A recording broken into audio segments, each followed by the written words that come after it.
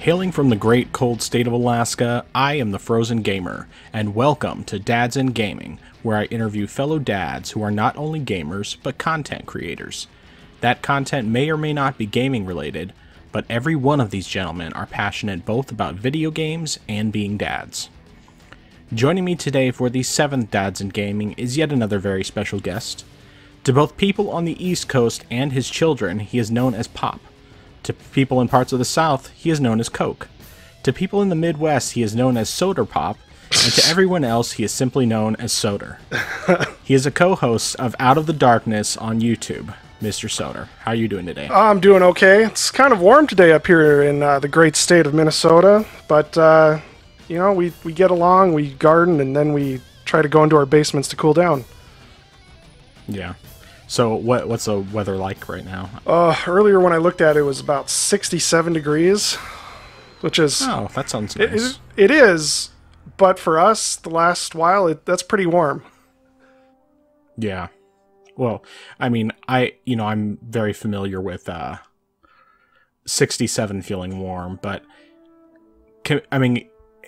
67 isn't bad compared to like when it gets up in the 80s and stuff, and even hotter. Oh yeah, times like that, I wish I lived, up north in Alaska or northern Canada. Might be a bit cooler. Now, yeah, Minnesota is more humid, right? Oh gosh, yes. Ow, ow, ow. I couldn't deal with that. Yeah, I'm used to the very dry temperatures. Yeah, it's it really gets to you too. Like you have to plan with your dressing on it to get sweaty on those days when it's really bad. And it's so sticky feeling. Like there's no way to get away from it except to go inside and feel bad because it's nice weather out otherwise and you're just loafing around the house. Right.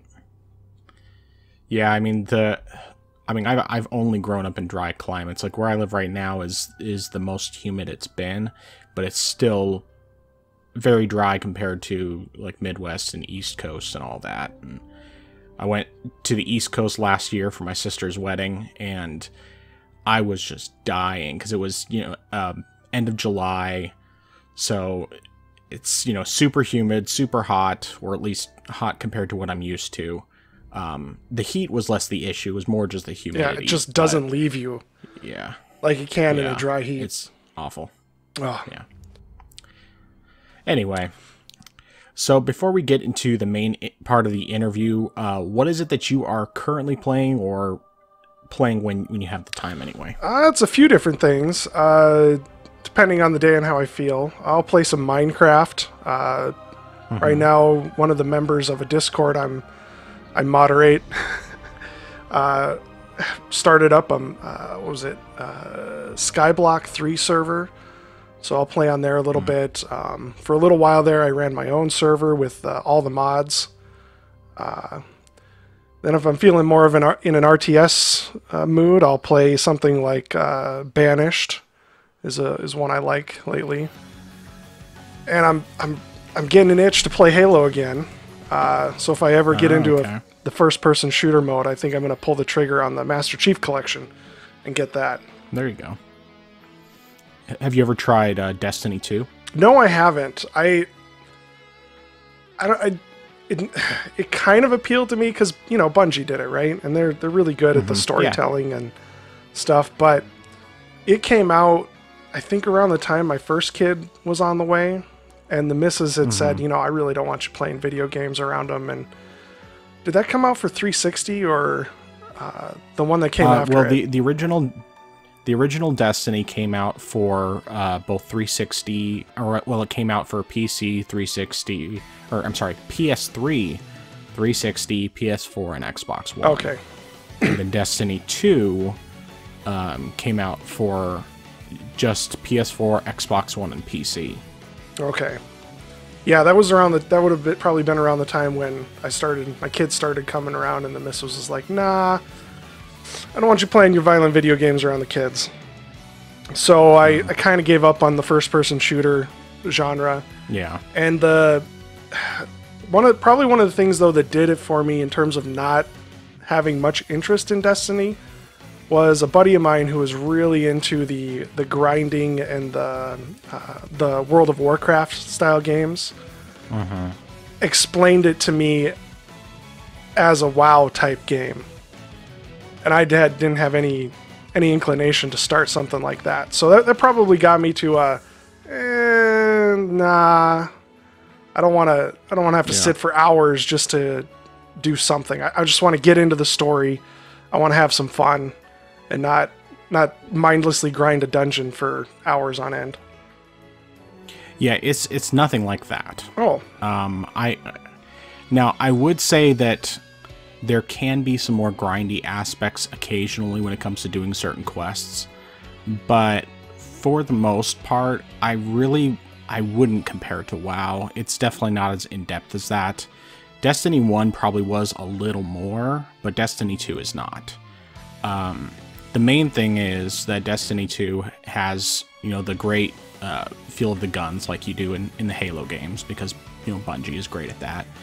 And there is a free version you can get right now on any of those platforms. Oh, is it kind of like a Fortnite or what's that other one? Apex Legends not really. type thing? No, I mean it's basically just that you have access to all of the content from the first year, which includes all the story.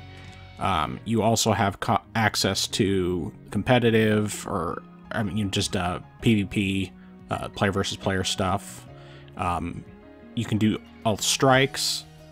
You can do pretty much every game mode that's not specifically tied to stuff from Season 2 and 3. Or, not Season 2 and 3, from Year 2 and 3.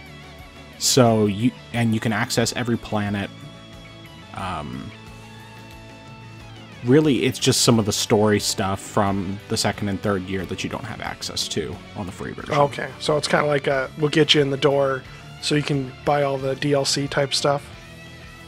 Yeah, if you want. And the nice thing is that since Bungie split with Activision, they've actually made it so that you can buy them a la carte rather than you don't have to have the previous expansions in order to play the current one.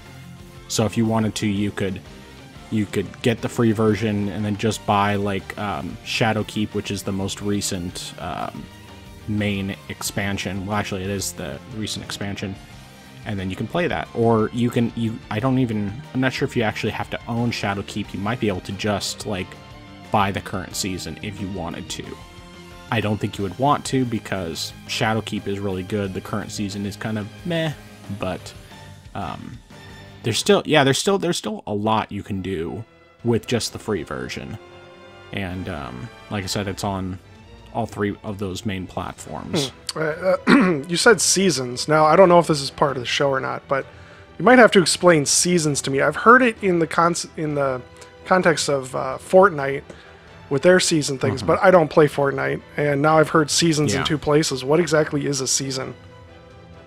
Well, in this case, it's basically just certain content that is specific to a few month period. Oh, okay. All right. There's certain activities that are story related that, well, and when I say story related, I mean related to the story. They're not necessarily part of the main story, but they are at the same time. It's kind of hard to explain. Okay. But it's stuff, basically, it's a bunch of stuff that, certain activities that you can't do after the season is over, but when it comes to all of the major story stuff, you can still do that anytime. Okay. As long as you, that kind of makes own sense. the content. I'm sure if I pick up a copy, I'll understand it all right away.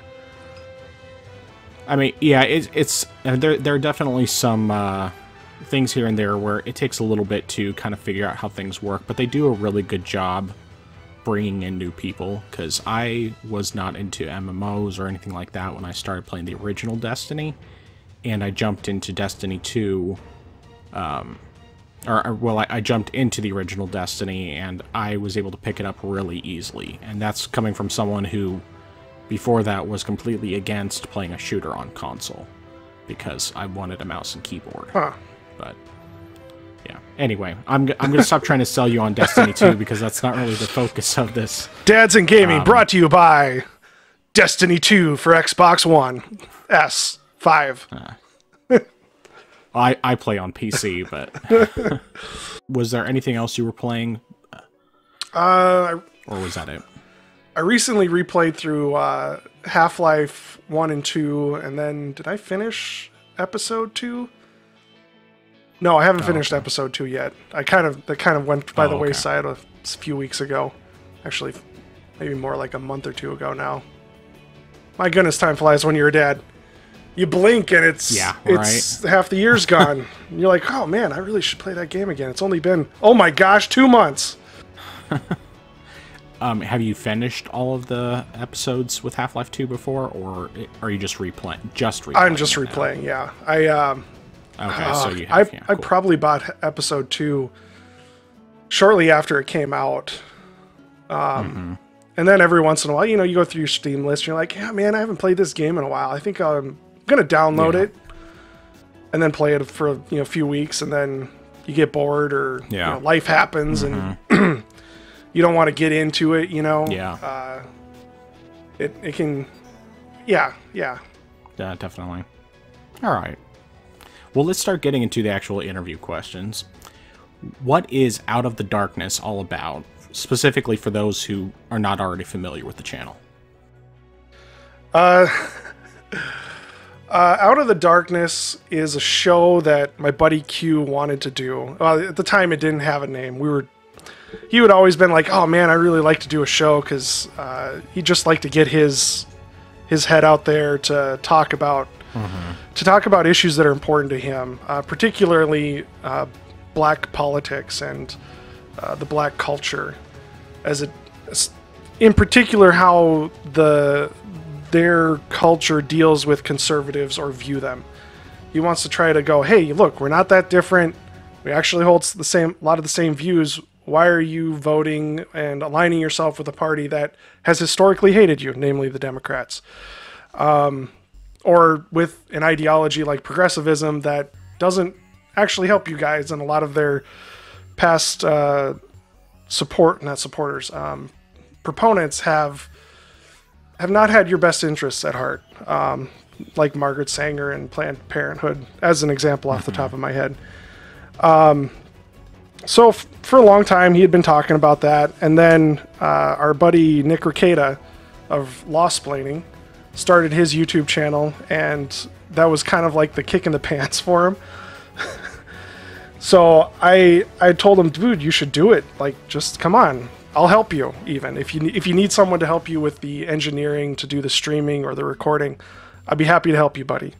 And that was the final nail in the coffin to get that show started, was to have someone do what I do for it, which is, get the YouTube streaming set up and try to figure out the robotic audio that happens every once in a while, stuff like that. But yeah, to go back, the cynical part of me goes, he wants to be a talking head, like, is it Diamond and Silk? I don't even know who's all on Fox News who's African American, but he'd like to be a talking head like that, a voice of hope of his people. But we have fun. We have jokes. We have all manner of people on, relatives of his. We've had a polygamist on a few times. That was a wild series. Let's see who else. We've had Black Hebrews on for a show or two. I think tonight we're going to be recording a short show about a COVID update with a doctor. Yeah, it's just when I started this with him, I did not think that we'd necessarily go far, or we're just going to be two guys talking on the internet, right? But turns out he knows a lot of important people. Yeah, I mean, I haven't had a chance to see a whole lot of stuff, but obviously I was first introduced to Q through some of Nick's videos or rather live streams, and so then I decided to check you guys out, and the little bit that I've seen, which is probably like 3 or 4 of the streams, have been really interesting. The most recent one I listened to was the conspiracy stream, and that was a good one.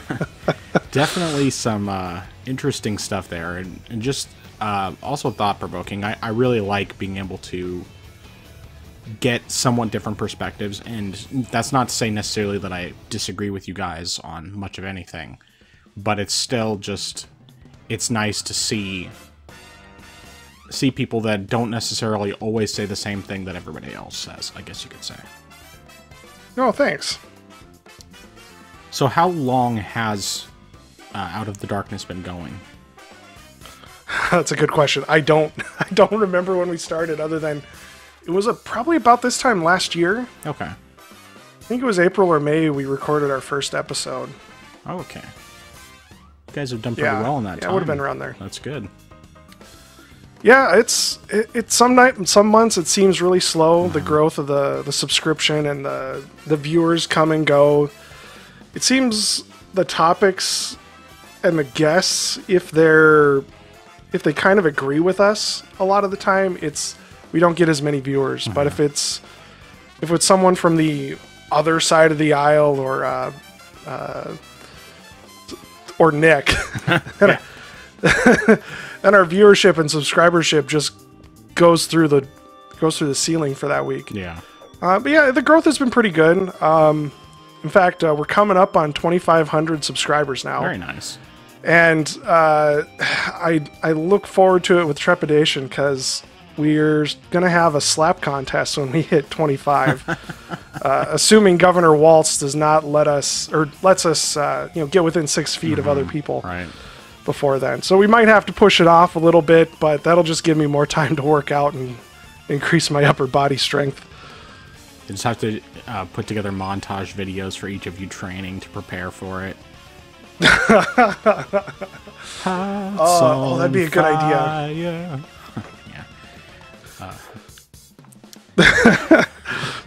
And for me, it went to the Rocky tune, whatever that is. Yeah. All right. Da-da-da. Copyright struck. Exactly. Da-da-da. Something like that. Yeah. All right. So let's get into the gaming part of Dads in Gaming, and ask you, when did you get your start in gaming? On what platform and with what game? Well, I'm gonna assume you're talking about the first thing I owned, right? I would say just the thing that got you started gaming, whether you owned it or not.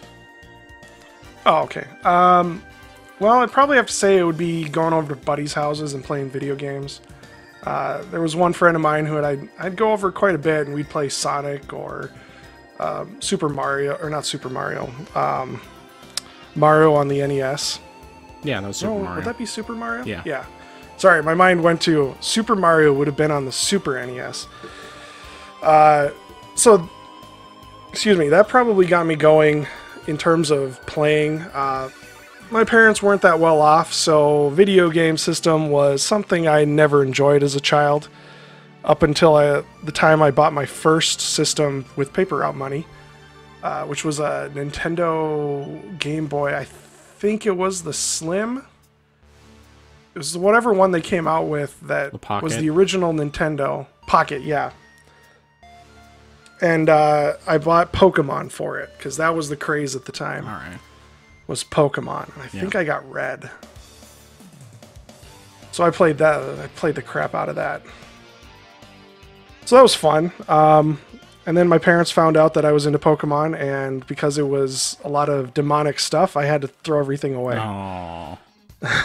That was... Oh, man. That sucks. Oh, that was a cry fest, all right. I can't even Shame imagine. to admit. Man. That's rough. Yeah, that was really rough. Yeah.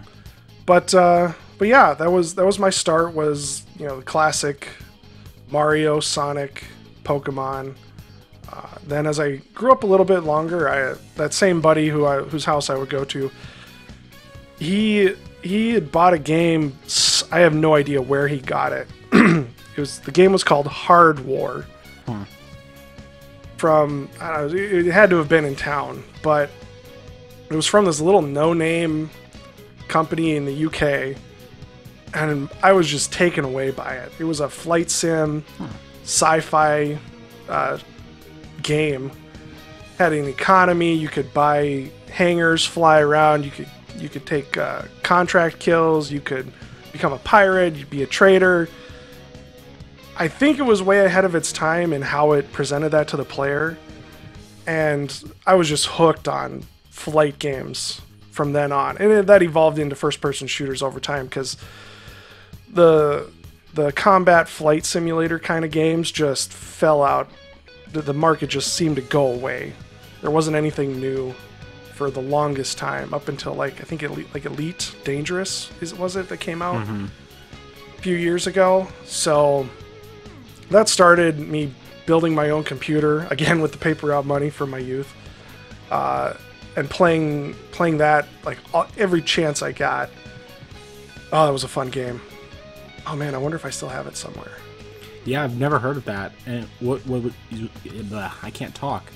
Was that was that a PC game or something else? Yeah, it was a PC game. Okay, that's probably why I haven't heard of it. There's always these random PC games I remember from when I was a kid, and just I try finding them nowadays, and I can find information that they existed, but otherwise I can't find them at all. Yeah, copies are, especially games from the 90s, it can be really hard to find. Right. Especially when the studio who made it went out of business or folded. Well, Yeah. I guess that's the same thing, but... Oh, okay. Or they have no interest, there's just no point in bringing it back. Which is a bummer, because there's some good games. Good games. Yeah, I remember there was this one I played on PC called Lunicus, and I mean, the first part of it was pretty much just exploration, sort of. You went around a facility and it was point and click and that sort of thing, and then it went into a first-person shooter. And I specifically remember it because I literally did not know about moving around or anything when I was doing the shooting part, and so it would start playing the music and I'd see some enemies and I'd shoot at them, and then I'd run out of ammo and then I wouldn't know what to do after that. But oh, isn't that true of all of us, though? Right. Just to, how do I move around? And back in that day, you didn't really have mouse look around. I don't know about Lunicus, yeah, but... it probably didn't. At least I strongly doubt it. Because that would have been probably early 90s. I remember playing Doom back in the day with just the keyboard. Yeah. In fact, just in kind of preparation for this, I thought, I haven't played Doom in forever. So I went to the Internet Archive and found their DOS copy. Oh, there you started playing it, and oh my gosh, after playing for probably decades now with keyboard and mouse, and using the mouse to look around and having the WASD to... I thought, I'll be able to do that, and then, just replace the mouse with the directional keys. Doom is a lot different. Having to press a specific button to strafe, and yeah, oh my gosh, it's a mind screwer on how that worked back in the day. Yeah, I mean, I actually played the original Doom very recently because I got that and Doom 2 on Switch, and yeah, I mean, there's definitely aspects of it that feel very dated, but I can't imagine having to deal with the strafing and all of that too. I don't think I ever played games like that when I was still using computers like that. So, yeah, other ones like Half-Life have really. I want to say that would have been. No, it wouldn't. It would have been Halo. It introduced me more to the modern setup of first-person shooters and the mouse and the keyboard, WASD stuff. Yeah. All right. So, how old are you exactly, Soter? I'm about 35. Okay, so 35. How do you respond to people who say you're too old to be gaming? Probably the only person who's ever told me that is my mother. Although that was more when I still lived at home with them, back when I was a teenager. Yeah. That's a kid thing. You need to act more grown up. I can't say I've experienced it so much outside of that context. So I don't really know how to answer that question, really, because yeah, I haven't been told you should give that up. Yeah. Like, even my wife, though she doesn't want me to play violent video games around the kids, which is understandable to a degree. No one's really told me to not game. Yeah. Other than my mom. And, you know, I love my mom, but playing video games was one of those things that was kind of a point of contention between us. Well, I really want to do this, Mom. Oh, no, it's just a waste of money and time. You'll melt your brain. So, but I want to also go down, in case she ever listens to this. I love you, Mom. That in a lot of ways she was probably right, watching me grow up, to say that she doesn't want me wasting my time on that. And I think that them not buying or making me work for my video games probably helped out a lot with my personality, in terms of just I know I can get ingrained or not ingrained into something. I can get so into something that everything else doesn't matter. Yeah. So for them making me work to, or, you know, if I wanted to buy a video game system or build a computer to play video games, I needed to work to get the money to do that. And in that way, it taught me the lesson of hard work and doing what needs to be done before playtime. Yeah.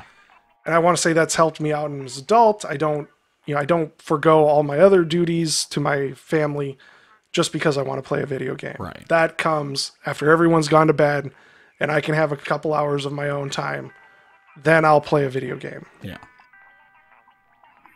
Yeah, and it makes sense. I mean, I know growing up for me, my parents were definitely not as hardcore not letting me play video games, but like they were resistant to let me get video games until I was about 12, when I finally convinced my dad to let me use birthday money to buy a Sega Genesis.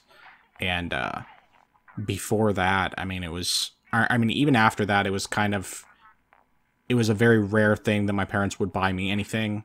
And so I really just kind of developed this idea, okay, you know, you have to pay for this stuff yourself, and that's fine. And so, but when it comes to actually playing, one of the things that I found growing up is my parents, I think after a while, just kind of realized that it's really not any different than if I'm reading or watching TV. I mean, it's just a different way to spend free time. And like the last time I remember talking to my dad before he passed away, when he even, you know, mentioned anything about video games as more of a teasing thing, you know, he was just kind of telling me about what it was that was planned if, you know, he and or my mother passed away. And, you know, said to me, make sure that, you know, before you go buying a bunch of PC parts or whatever, make sure that you know, take care of the cost of the funeral. And I mean, it was intended to be a joke, because he knew that I was responsible enough to where that wasn't going to be an issue. I mean, but I don't know. I'm talking too much about myself, and this is supposed to be about you. So anyway, let's get back into the questions here. So what would you say are your top 5 games of all time, or even just right now? Let's see. Let's maybe go with like kind of personality impact on my life games. Probably number 1 would be Hard War, because that got me into kind of the first-person shooter, flight sim kind of mentality. That's what I'm drawn to for games. Then it would probably be Halo, because that came out late teenage years. At least when I started playing it, and the involvement that I had with friends with it, like we'd get together all the time to play play Halo, and drink loads of Mountain Dew and eat a lot of food that isn't good for you. Yeah.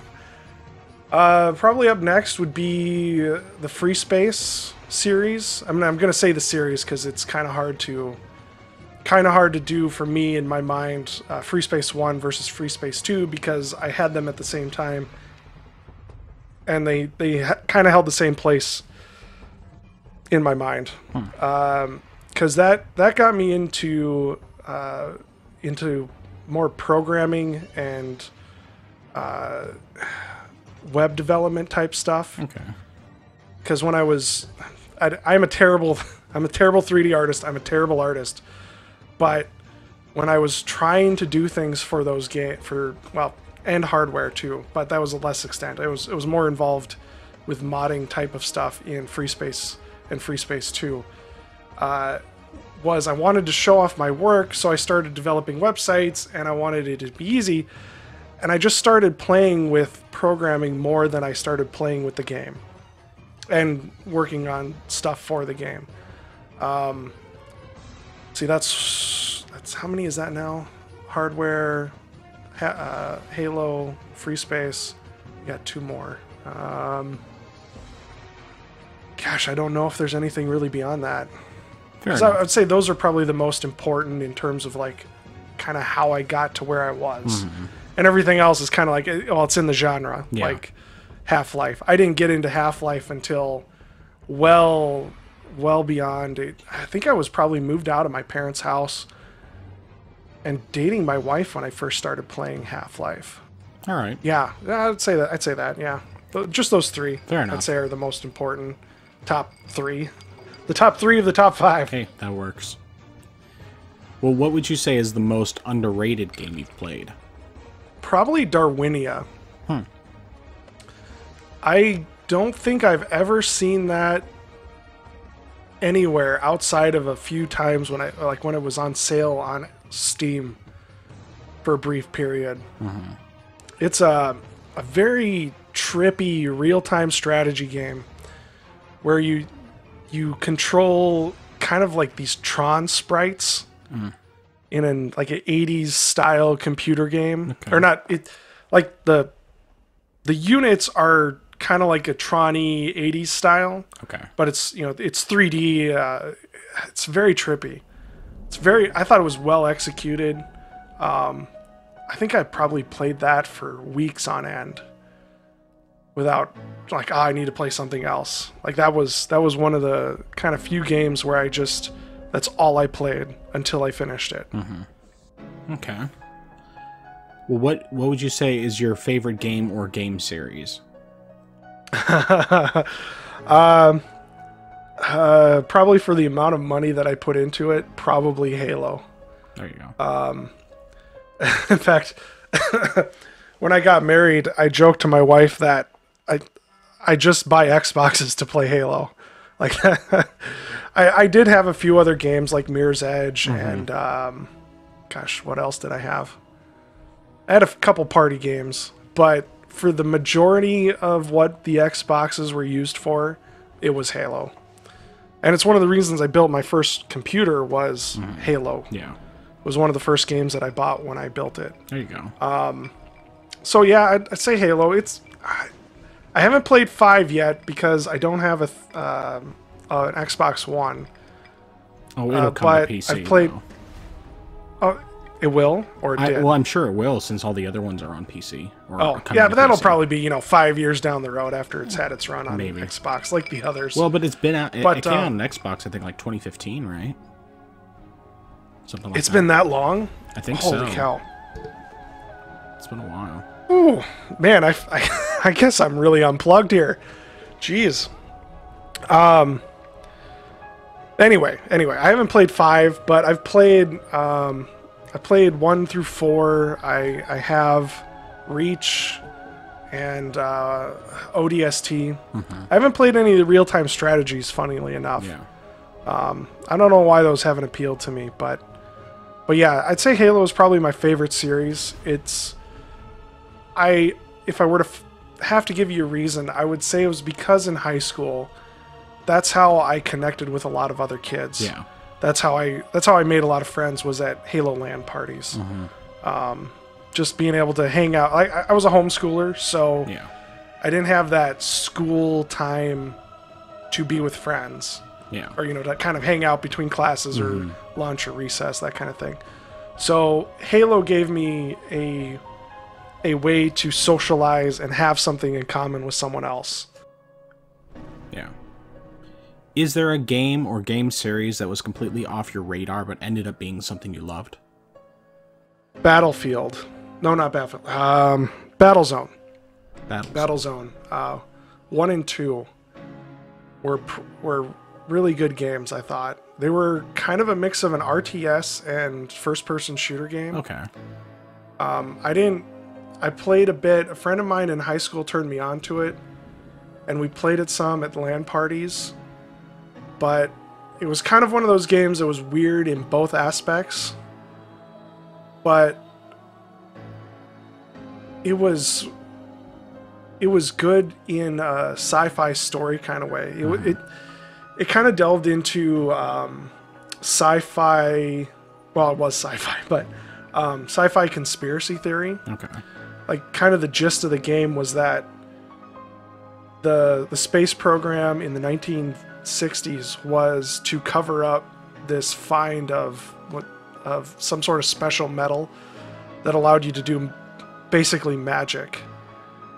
And the US and the Soviets were trying to control all of that kind of that resource. So it kind of fit in with with how history actually went out. Like the guys who wrote it wrote it into the history books essentially. But that was a fun story. I played it probably a few years ago now. Replayed it, and it holds up really well. There's a lot of kind of weapon stuff that's in there, weapon and kind of RTS stuff that you don't find a whole lot in other places.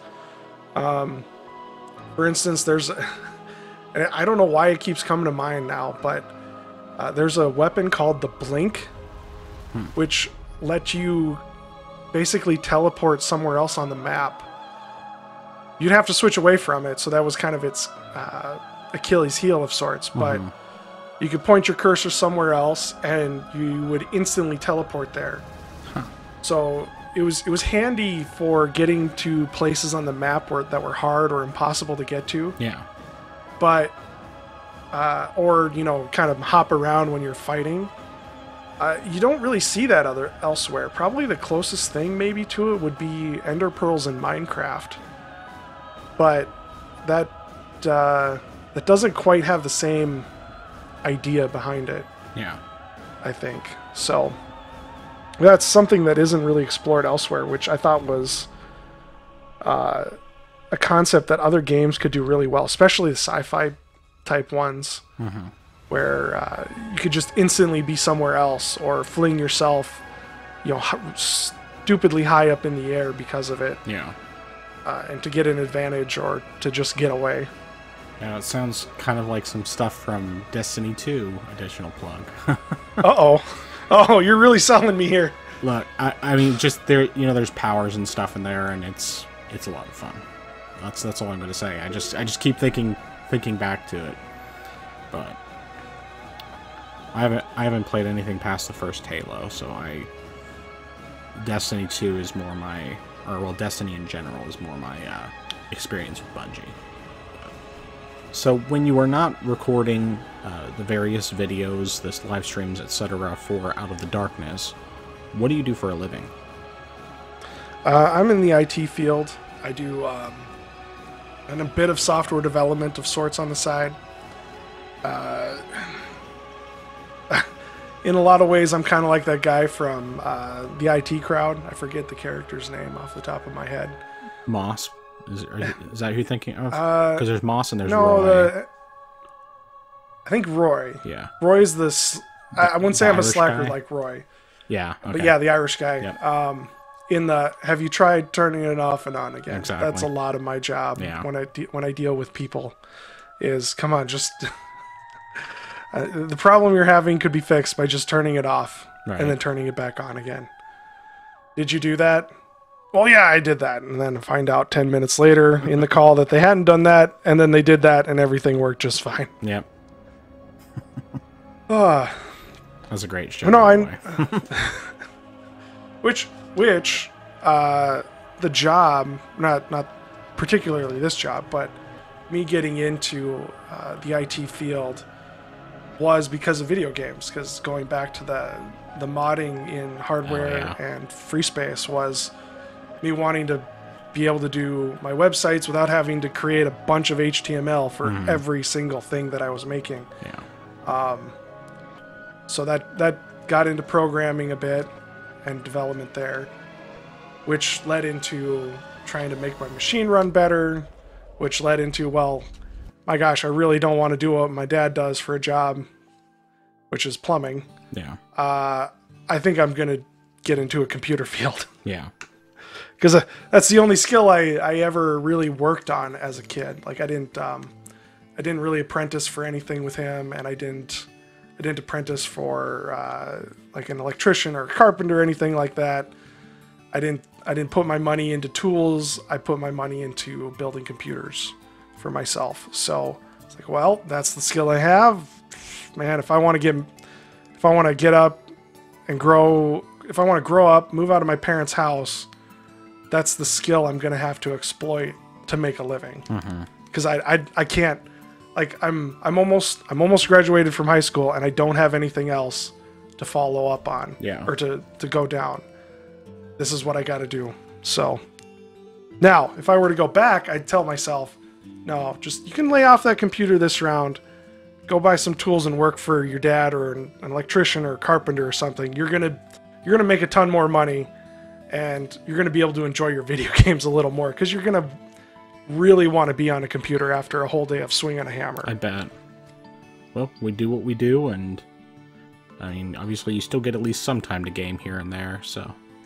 Yeah, I do, and I don't want people who might be thinking about going into IT over, something like one of those blue collar jobs to think, oh man, this guy, he hates computers or he hates his job. I don't. It's just that I recognize that there's kind of this thing in your mind where, and I kind of go back to my dad a little bit on it too, and that phrasing about the cobbler's kids are shoeless, in that you do something all day, you're going to want to do something else when you have time at the end of the day, Right. that's different from your job. So while yes, I enjoy video games, yes, I enjoy my work, I understand that I might enjoy those more if I was swinging a hammer or putting together or putting in electronics or plumbing, not electronics, electrical wiring for a building, than if I'm clicking a mouse all day. Right. Makes sense. So let's start transitioning further into the dad side of things. How long have you been married? Oh, let's see. Coming up on, I think, 11 years. Oh, okay. Yeah, 11 years now. And what's your anniversary day? Late November. Late November, okay. Yeah, we're 11 years in May, so.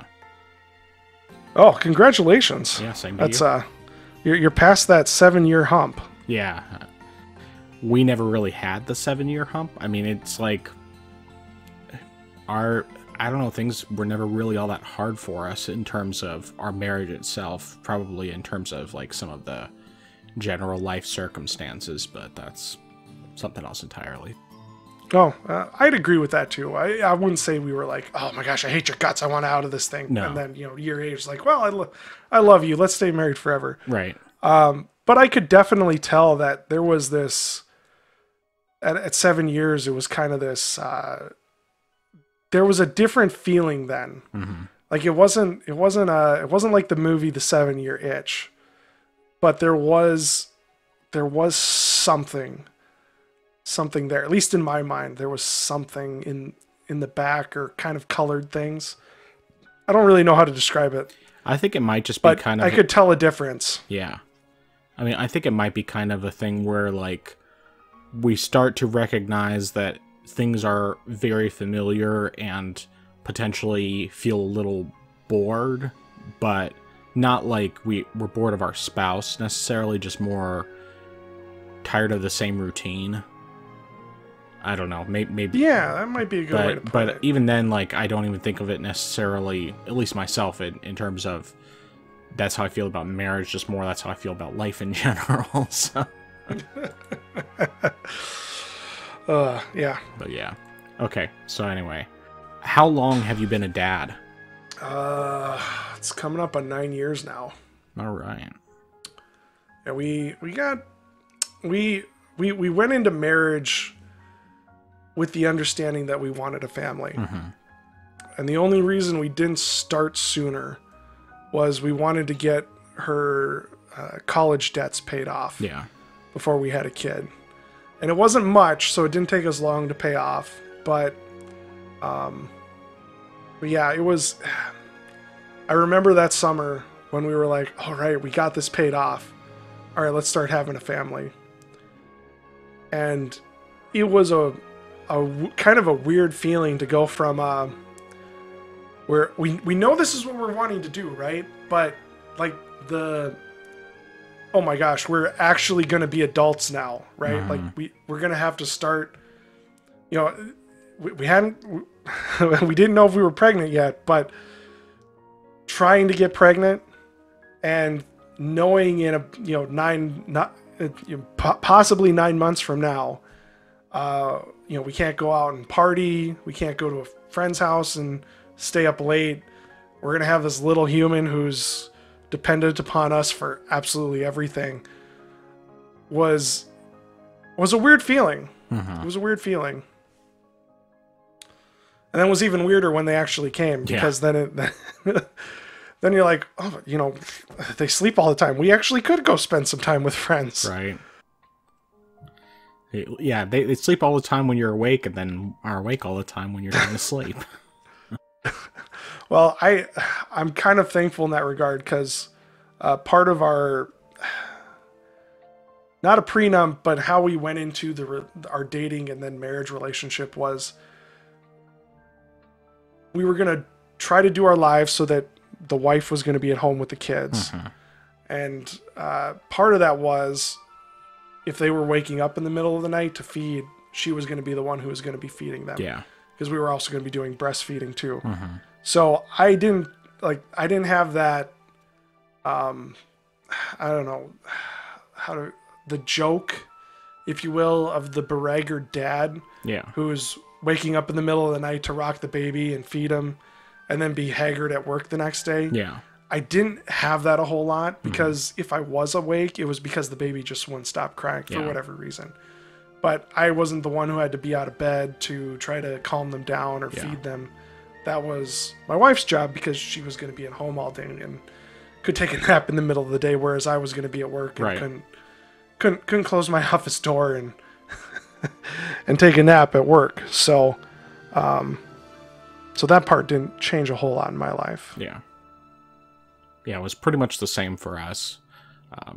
We did basically the same thing. I mean, on weekends, I would usually, we would take turns who would get up during the night with the kids. But apart from that, it was basically my wife would get up with the kids during the night since she was home and I was working. But, nice. Yeah. So, how many kids do you have? I have 5. Just had the last one last summer. I was hoping I could outdo Ricada, but there were some pregnancy problems with this one, so we've decided that we're gonna stop with this one. Yeah. Well, 5 is a good round number. I'm a big fan of units of 5, even though I haven't really decided if I'm gonna have. I don't think I'm gonna have 5 kids. I mean, obviously, God will be the one who determines whether or not that really happens, unless I decide to get the procedure. But yeah, how to put it. That's not so much as now, but up until this one, that was kind of our mentality. Was we're gonna let him decide this. Yeah, and it served us well. Yeah. But no sense in risking mom for another one at Absolutely. this point. Maybe for the first couple, but kids need a mom, and it's not good for man to be alone. Right. Well, how has your experience been as a dad? It's been interesting. I can't say I had too much of an adult life in term. Well, I guess I kind of did have a bit of an adult life without kids there, but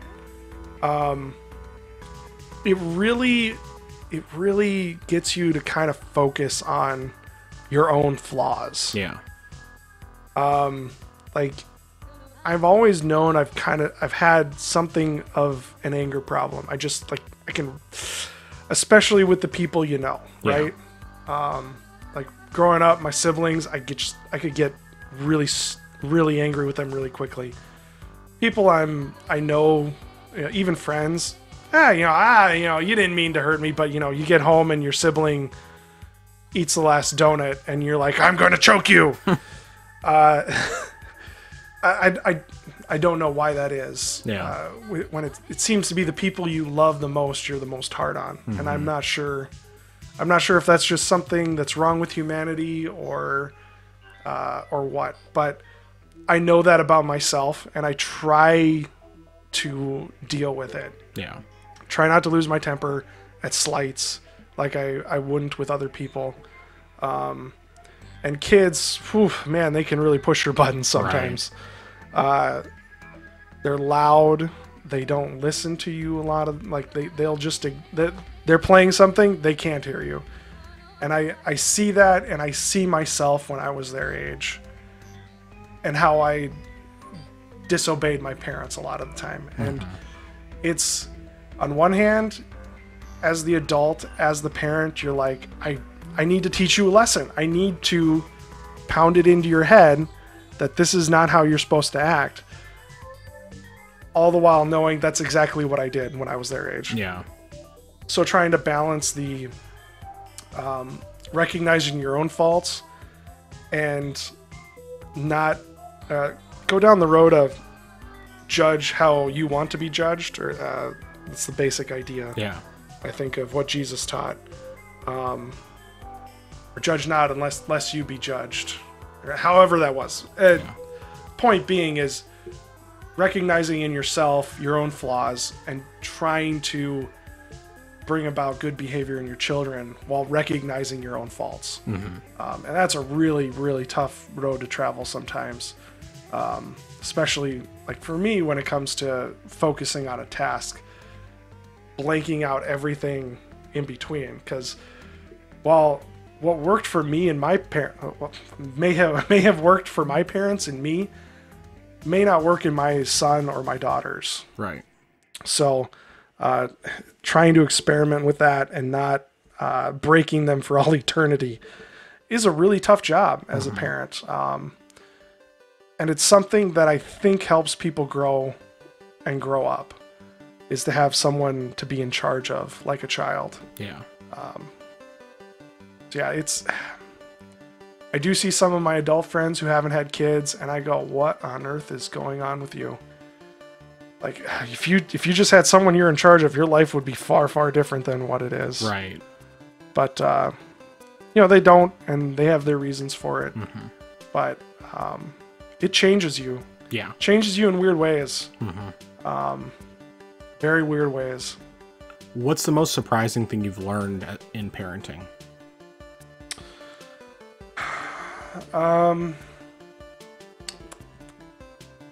How much of a disobedient child I was. kind of to go back at the previous question. Yeah. But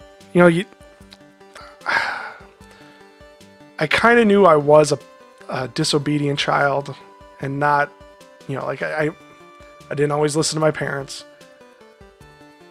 But being a dad and seeing it in your kids really drives home the fact that you can't take that back, or you can't, like, your kids are making the same mistakes you did, and trying to figure out a way to get those lessons to them before they make the same mistakes you did, or have the same probably more specifically the consequences you had that made you learn that.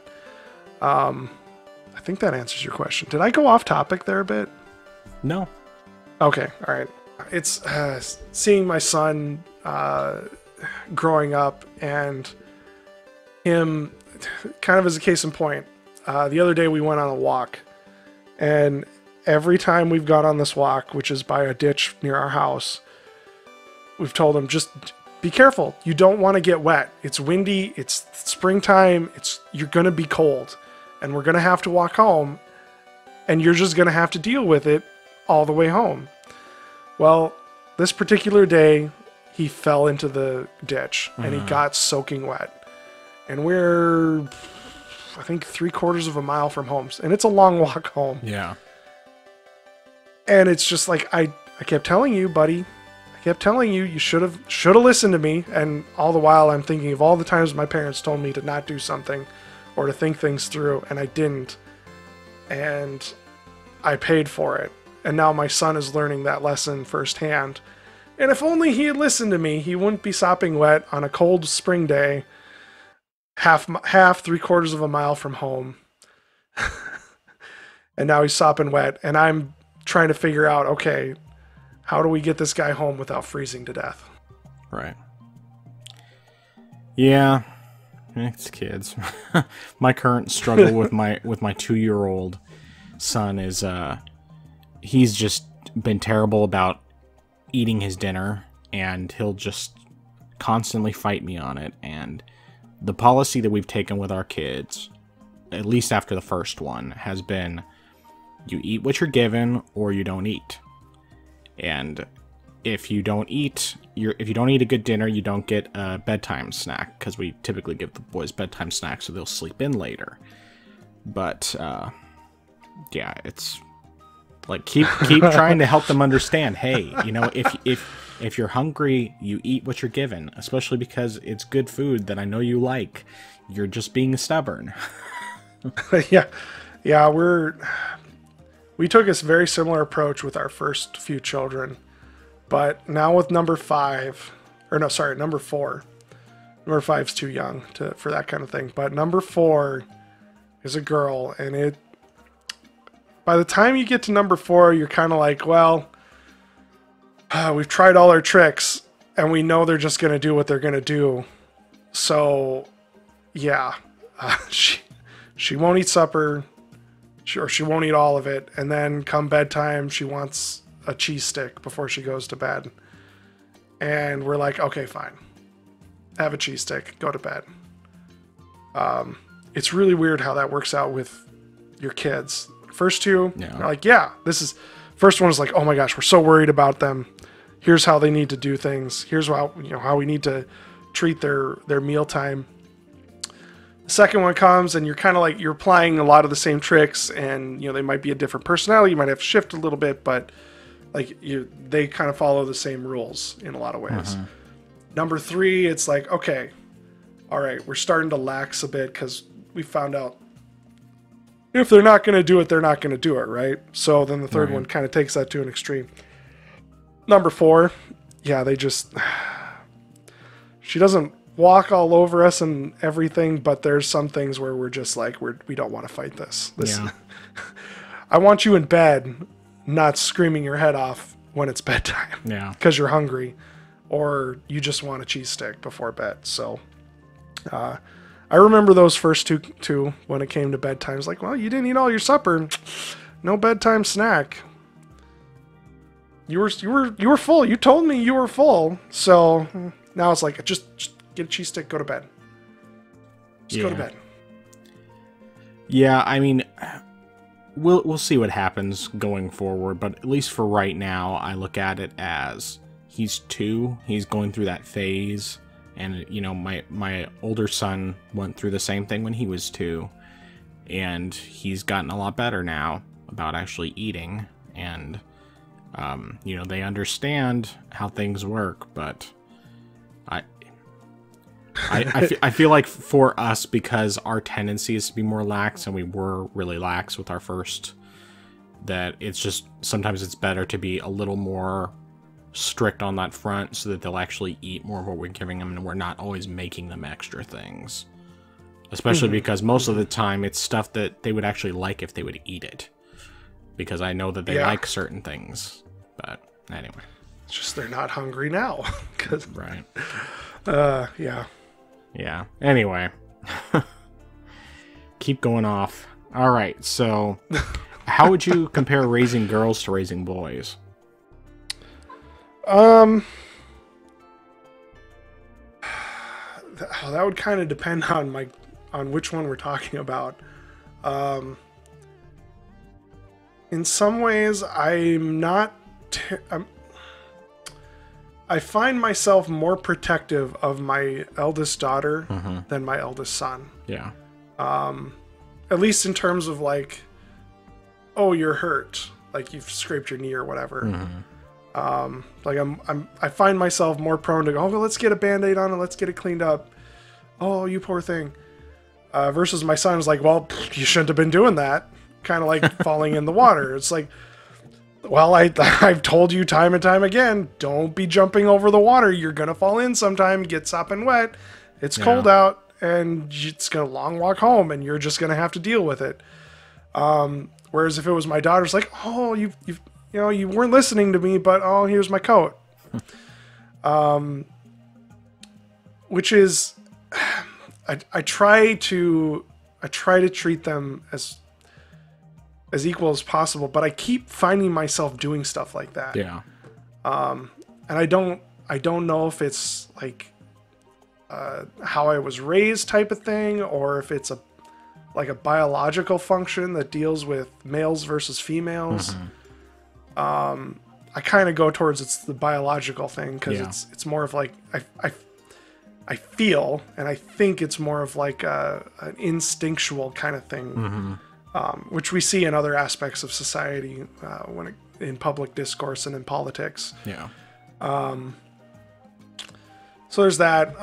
My eldest child is a female, so when someone talks about how old she is, or we remember how old she is, we're like, oh my gosh, in 10 years, if in 6 years, in 5 years, she's going to be driving, or she's going to be dating. There's going to be a boy that's becomes the center of her world, and it's not going to be me or my wife or her brothers and sisters. It's weird to think about, because my high school and early legal adulthood was not very exciting, and I didn't have I had a group of friends. I didn't have like a girlfriend type of experience at that time. I remember being that young and what life was like, and I look to what things are like now, and I in some ways despair at what both my daughter and my son are going to have to go through to try to find a mate. I don't even know what it's going to look like, right, to be honest. It's how on earth they're going to find someone to be with, or how that's going to work with me, is like like I look back and I go, man, I wonder what my father-in-law thought of me when I started dating my wife. Like, was this he's a good guy, I'm glad my daughter found him, or oh my gosh, I can't believe this nerd is dating my wife. Oh, he's worthless. He is only into computers. He doesn't know anything about how to farm or raise crops or garden or be handy or anything like that. Oh, jeez, I don't know what she sees in him. And I wonder if I'm going to be the same. I'm pretty sure I'm going to be the same way when it comes to my daughter. Right. So they are different. Kind of going back to that, how I treat, or how the instinctual response to their problems comes to mind. They are different. Beyond the personalities, I see the same thing in my other children too. All but the last one are girls, so Yeah, they are different. You treat them different.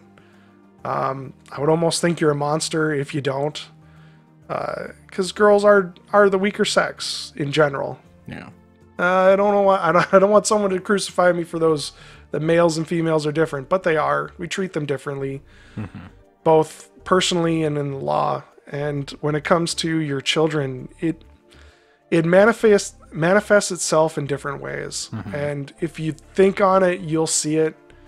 But you'll see it if you think on it. Well, how do you find time to game with a wife, 5 kids, and work?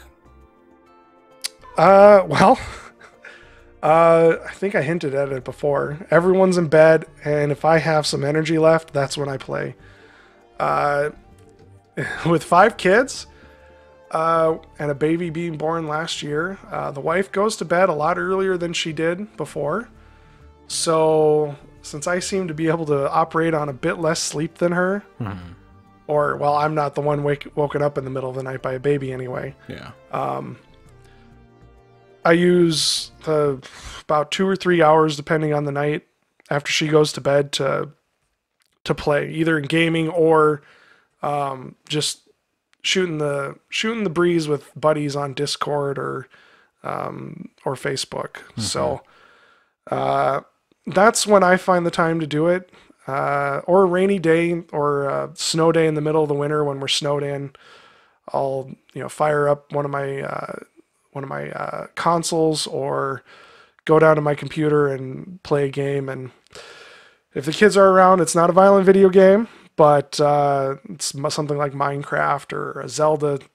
I don't know, Zelda might be violent, but Mrs. doesn't seem to care about Zelda for some reason. Yeah.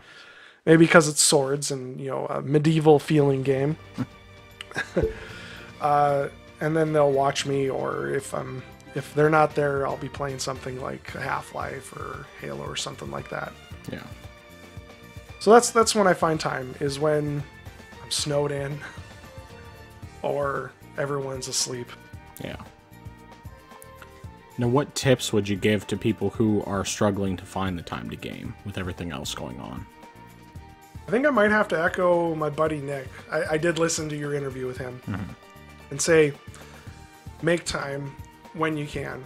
For me, I prioritize the rest of my life over games because I forget where, but there's somewhere in the Bible where it talks about making sure your field is ready before you do other stuff. And that's how I approach gaming. At the end of my day, if I have some time left over, that's when I'll do it. Because I forego an hour of sleep to play a game. But if I have something the next day, I won't play a game. I'll go to bed early, so I'm rested for whatever big thing is happening. But you gotta decide that I prioritize this over the thing that needs to happen next. Yeah. And in terms of my life, it's an hour of sleep. Sometimes I'd rather play an hour of gaming or two than sleep an extra hour or two. But that's a conscious choice you're gonna have to make for yourself. But again, everything else in your life, your wife, your kids, your job, or maintaining your house comes before your gaming. You need to do those other things first, and then you can decide, would I prefer sleep or would I prefer to do this? At least that's my life, not necessarily someone else's. Fair enough. Since you have both boys and girls, what advice would you give to newer parents, especially in how to parent one versus the other?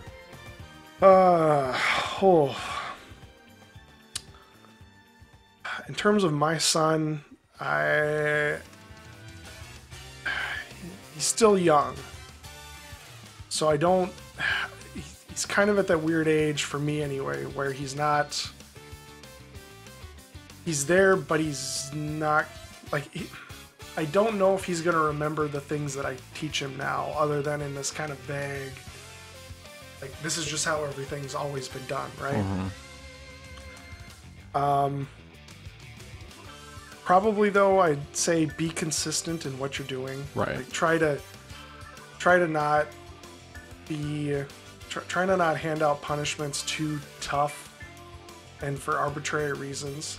Try to be consistent in it.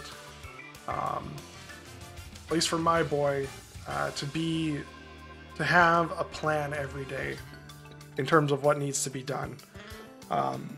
We've been finding that for him to have a list of chores he needs to have done every day, oh my gosh, he'll bust those out. If he knows what he needs to do that day, he'll feed the chickens, he'll shovel the porch off, he'll do the dishes, whatever his chores are for that day, he'll get those done as fast as possible to be able to play on the tablet every day. There you go. But if we don't have that there, it's usually like 9 o'clock in the morning on a Saturday. Can I play on my tablet? Well, did you get your chores done? What chores? Well, the chores. Well, what are those? The things you need to do. What do I need to do today? Well, we hadn't set that up yet. So that has helped a lot at least with his personality and how he approaches the world. Having those requirements ahead of time really helps him focus and find the time for the things that need to be done. And to a certain degree, my daughters as well, but they're a little they're a little more like their mother and a little more free-spirited. Trying to rein them in is a lot tougher. And it might be because they're girls and you're just something in at least my head about girls and letting them off the hook easier is something I need to deal with. But that's tough. That's tough. Yeah. All right. So now we get to the most important question, and since you've listened to at least one interview, you already know what this is, but maybe not. But okay. Well, then we'll find out. See. We'll find out as soon as you say it, I'm going to remember it. So, do you tell dad jokes? And what is your best one? Oh, shoot. Now I remember that joke, or that question. No, I don't. I tell them, but I got to reference Rackets' or Nick's interview here. I have to echo him because I make them, but it's very contextual to what's going on. It's puns based on whatever we're talking about or whatever's going on. Shoot, I just said one, I don't know, a few hours ago, and now it's gone. I was like, I should remember this for the interview, and it's just gone. I'm so sorry. No, that's fair. I understand. I mean, it has to be to some degree situational. That's part of. Oh yeah, they always are, because they have to be groaners, right? They have to be something that you just go, oh. Dad, I'm so embarrassed that you would even say that. Right? Because that's like the heart of the dad joke, though, is the cringe of it. And the dad knowing it's cringe. Right. Otherwise, it's just kind of like, oh, that's a stupid joke. Why did you even say that, person A? Right. Gosh, I wish I would have remembered that joke I had made earlier to tell you. But no, I don't have a stable of them. It's very, very pun based and contextual to whatever's going on. Yeah. Shoot, I should have written it down is what I should have done. All right. Oh well. Well, to fill that void, I'll give a little one I came across the other day. Server, what would you like on your pizza? Me, 2 pounds of mushrooms. Server, wow, okay. What else? Me, nothing. Server, that's it? Me, yeah, I mean, there won't be mushroom for anything else.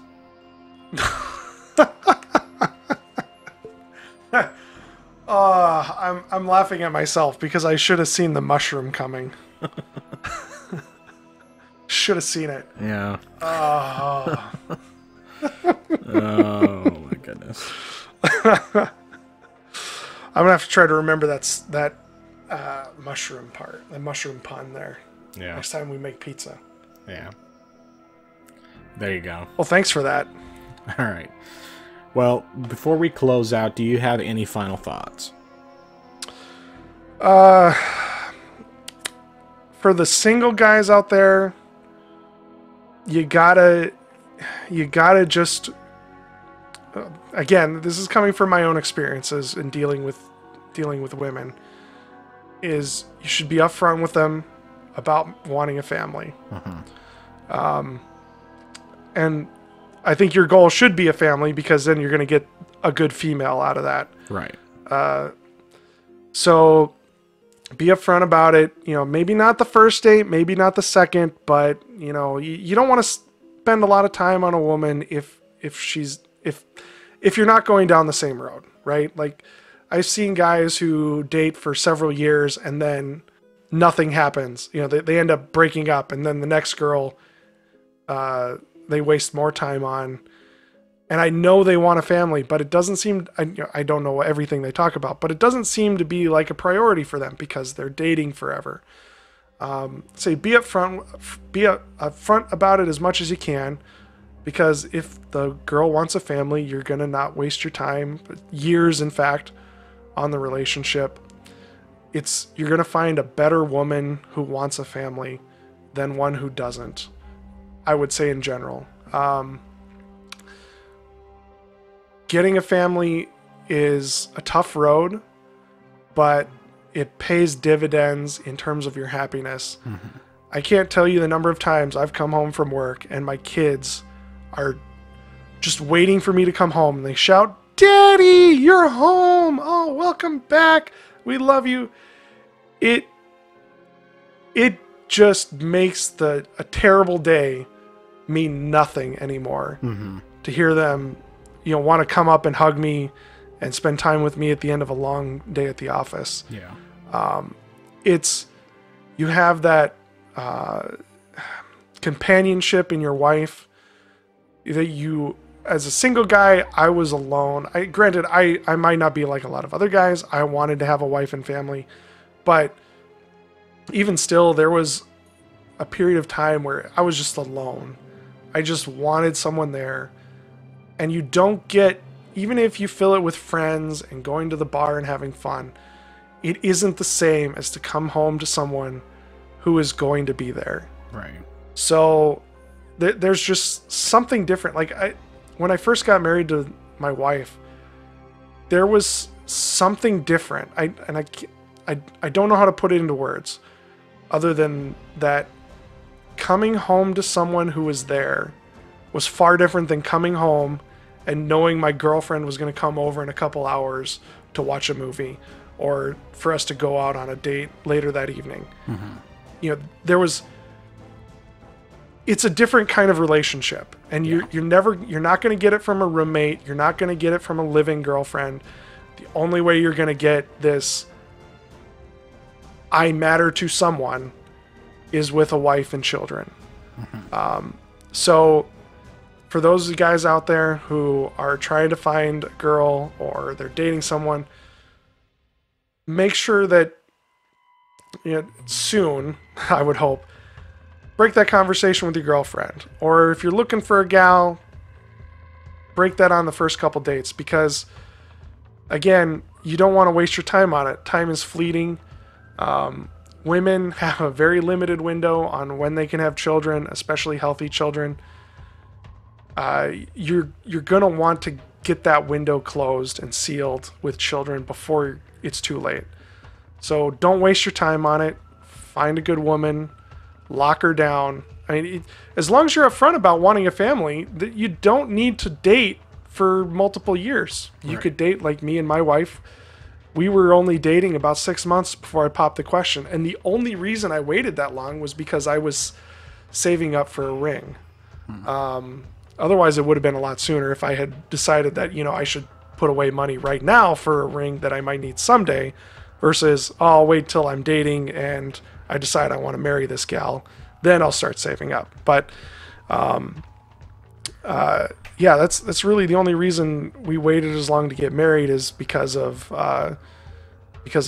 And by the time we decided to get married, we needed to wait a few more months to get everything prepared, which you're going to have to do anyway once you decide to get married. But you know, these things, starting a family, if you're upfront with the girl, just be upfront with her and then everything, you shouldn't wait a long time. If you're on that same book or that same page, just get it done. You'll be happier. Your wife will be happier.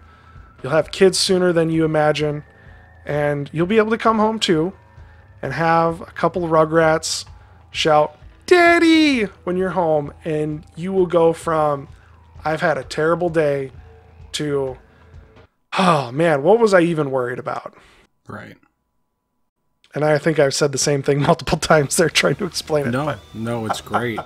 And I think you put it very, very well. So I agree with you completely. Is there anything else you'd like to say before we finish off? Subscribe to this guy right now. Hit that subscribe button. He's a really good interviewer. I've enjoyed listening to the ones that I've listened to. I'm looking forward to the next one. I probably won't listen to this one though, because I hate the sound of my own voice. But I also subscribed to him, and I look forward to what comes out of this guy's YouTube. I appreciate because that. this is good stuff, people. Having this dad stuff, teaching people what it's like to be a dad and what that life's like and how they too can be happy is great. Very wise words. And so, where can people find you? People can find me usually weekly on Out of the Darkness.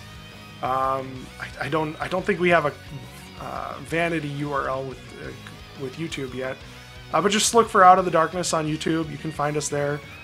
You can find me on Twitter at IamSoterson. And that's about it. That's where you can find me. Yeah, follow me. If you're funny or I find you smart, I'll follow you back. I don't follow everyone because I don't like that feed to get cluttered so much. Mm-hmm. But if you're smart and you're funny and I like what you post, I will give you a follow back. Otherwise, yeah, just follow me, DM me, ask me any questions you want. Or just tune into Out of the Darkness and listen to me boomer things up once a week. There you go. Well, until next time, this has been the Frozen Gamer and Soter from Out of the Darkness, and I will talk to you later. Take care.